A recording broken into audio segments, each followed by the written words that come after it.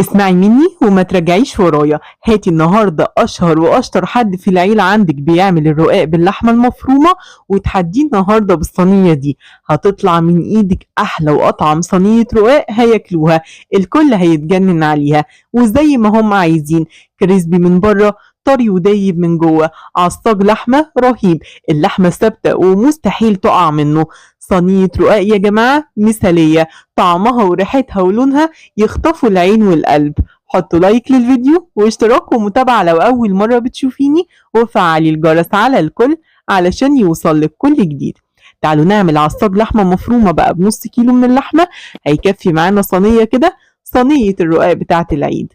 جبت معايا حوالي معلقتين كبار من الزيت، معلقة من السمنة أو الزبدة، وهبدأ إن أنا فرمة معايا في الكبة بصلاية كبيرة وحباية من الفلفل الأخضر، ممكن فلفل حامي وممكن فلفل ألوان، وممكن تستغني عن الفلفل خالص وتشتغلي بالبصل بس. هبدأ إن أنا أقلب البصل كده لغاية ما لونه بس يبقى شفاف وعلى نار عالية. أبدأ إن أنا أنزل نص كيلو من اللحمة المفرومة على نار عالية علشان اللحمة ما تنزلش المية والسوائل اللي فيها، وأبدأ إن أنا أبهرها علشان التوابل دي تتحمص كده معايا وتديني ريحة خطيرة. نص معلقة صغيرة من الملح، نص معلقة صغيرة من الفلفل الأسود، معلقة صغيرة ممسوحة من السبع توابل أو بهارات اللحمة الموجود عندك، رشة من القرفة حوالي ربع معلقة صغيرة، ربع معلقة صغيرة من الحبهان ورق اللوري المطحون، وكمان ربع معلقة صغيرة من الكزبرة، هتدي ريحة حلوة جدا مع اللحمة المتعصجة. قلبي كل ده بقى على نار عالية جدا لغاية ما اللحمة لونها يتغير والتوابل تتحمص واللحمة تتعصج عندك وتبقى بالشكل ده. وكده تعصيج اللحمة الخطيرة جاهزة معانا، وخليها معايا هنا بقى كيلو من الرقاق الناشف. الرقاق ده الكيلو تقريبا كده 10 وحدات حسب ما تجيبيه.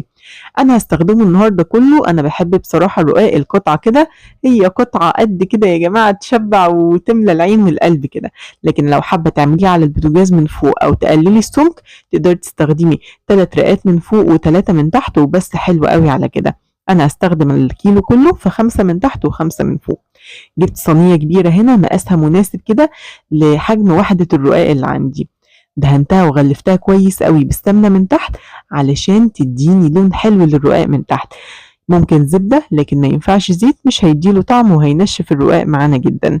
تعالي بقى الأول تكاية وهي الشوربة، حاجة غويطة كده وحطي فيها شوربة. الشوربة اللي هتستخدميها تكون شوربة دسمة علشان تديكي طعم رقاق حلو. كمان الشوربة عندي دافية، ولا هي سخنة بتغلي أول ما تحطيها على الرقاق تلاقيه باش عندك، ولا هي باردة مش هتطريه ولا أي حاجة. خليكي بين البنين كده والشوربة تبقى عندك دافية.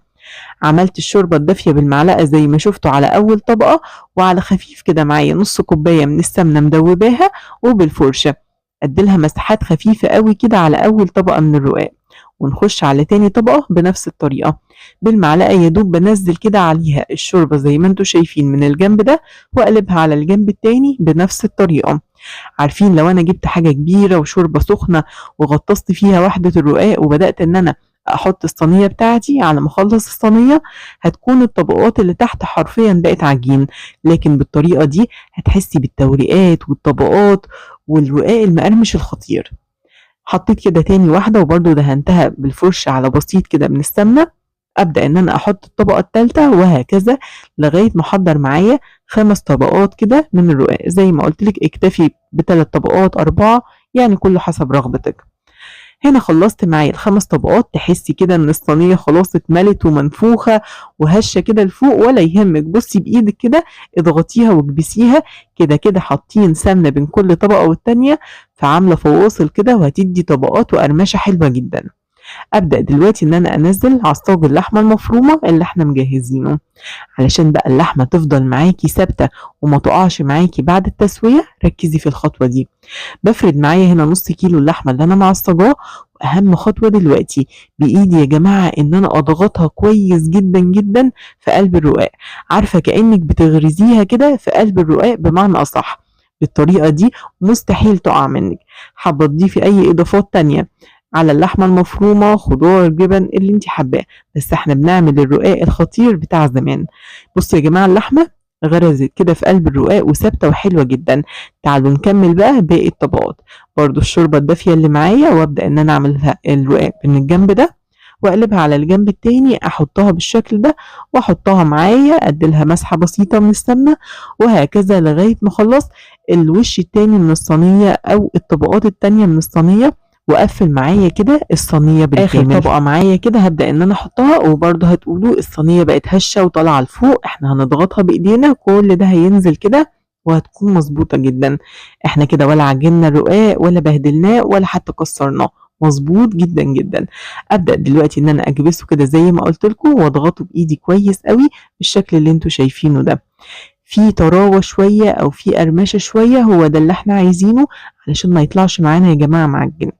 هنسقيه دلوقتي بايه؟ هقولك قبل ما نسقيه، طالما هتعملي الرقاق معاكي في الفرن يبقى لازم تقطعيه قبل ما تدخليه زي الجلاش كده، لكن لو هتعمليه معاكي على البوتاجاز اشتغلي على طول كده وحمصيه في الصينيه. هبدأ دلوقتي ان انا اقطعه، قطعيه معاكي مثلثات مربعات حسب رغبتك، انا بحب ان انا اقطعه مربعات كده حسب ما السكينه تجيب معايا حجم القطعه. امسك القطعة كده وابدأ ان انا انزل بالسكينة لغاية تحت، علشان دلوقتي لما ابدأ اشربه الشوربة توصل معايا لغاية تحت. مقدار الشوربة اللي انا هضيفها قد ايه؟ ما بنضيفش شوربة كتير خالص يا جماعة، ببدأ ان انا استخدم معايا حوالي 150 ملي كده من الشوربة. الشوربة ال 150 ملي يعني عارفين المج الازاز بتاع الشاي او الكوباية المعيارية، 3/4 كده. ابدأ ان انا احط لها شوربة مغلية، شوربة لحمة حلوة كده او شوربة دسمة، وابدأ ان انا اهم حاجة اهتم بالاطراف وانزل على الفتحات اللي انا عملتها بالسكينة، علشان تبدأ الكلام ده كله ينزل معايا لتحت ويشرب كل الطبقات. والخطوة الأهم إن أنا أسقي الوش بتاعي بالسمنة كويس جدا، مش هسقيه، أنا قصدي إن أنا بالفرشة كده أدهنه كويس قوي بالسمنة علشان ياخد لون خطير جدا في الفرن، وعلى طول على الفرن علشان لو قعد على الرخامة هيعجن مننا. وتعالوا بقى نتكلم عن التسوية ونشوف بعد التسوية بنعمل فيه ايه. بدخله على طول على فرن سخن وشغال على درجة حرارة 200، يعني فرن أعلى من المتوسط، ولو عندك مروحة شغليها هتوزع معاكي الحرارة. بخلي الفرن شغال من تحت بس، واسيبه بقى على الشبكة أو الرف الأوسط للفرن. أول ما ألاقي الرقاق أخد لون محمر من الأطراف، بشوكة أو بأي حاجة برفع كده طبقات الرقاق وابص على القاع بتاع الصينية، لقيته احمر وكله تمام، ببدأ إن أنا أقفل من تحت خالص وأشغل له الشواية مع المتابعة لغاية ما ياخد اللون الحلو ده. أبدأ إن أنا أطلعه، أول ما تطلعيه على طول بمعلقة السمنة المتبقية عندك أو حتة زبدة ولمعي الوش. التلميعة دي بقى بصوا يا جماعة، اللمعة هتديكي لون وريحة مفحفحة خطيرة. بعمل كده دايما في الرقاق وفي الجلاش، بيكون شكلهم وريحتهم بجد يا جماعة تحفة. وبعد كده ببدأ ان انا اعيد بقى على التقطيعات اللي انا عملتها، واستمتعوا بقى بأحلى طعم للجلاش. سيبيها تهدى شوية، أنا قطعتها لكم وهي لسه سخنة حالا علشان تشوفوا إن اللحمة مستحيل تقع منه حتى وهي لسه سخنة. شوفوا لي بقى اللون بتاع الرقاق من تحت، اللهم بارك، خطير، كريسبي من بره، طري ودايب من جوه، خلطة لحمة تحفة، كل قطمة فيها حكاية. جربوه في العيد ومتأكدة ان هو هيعجبكم.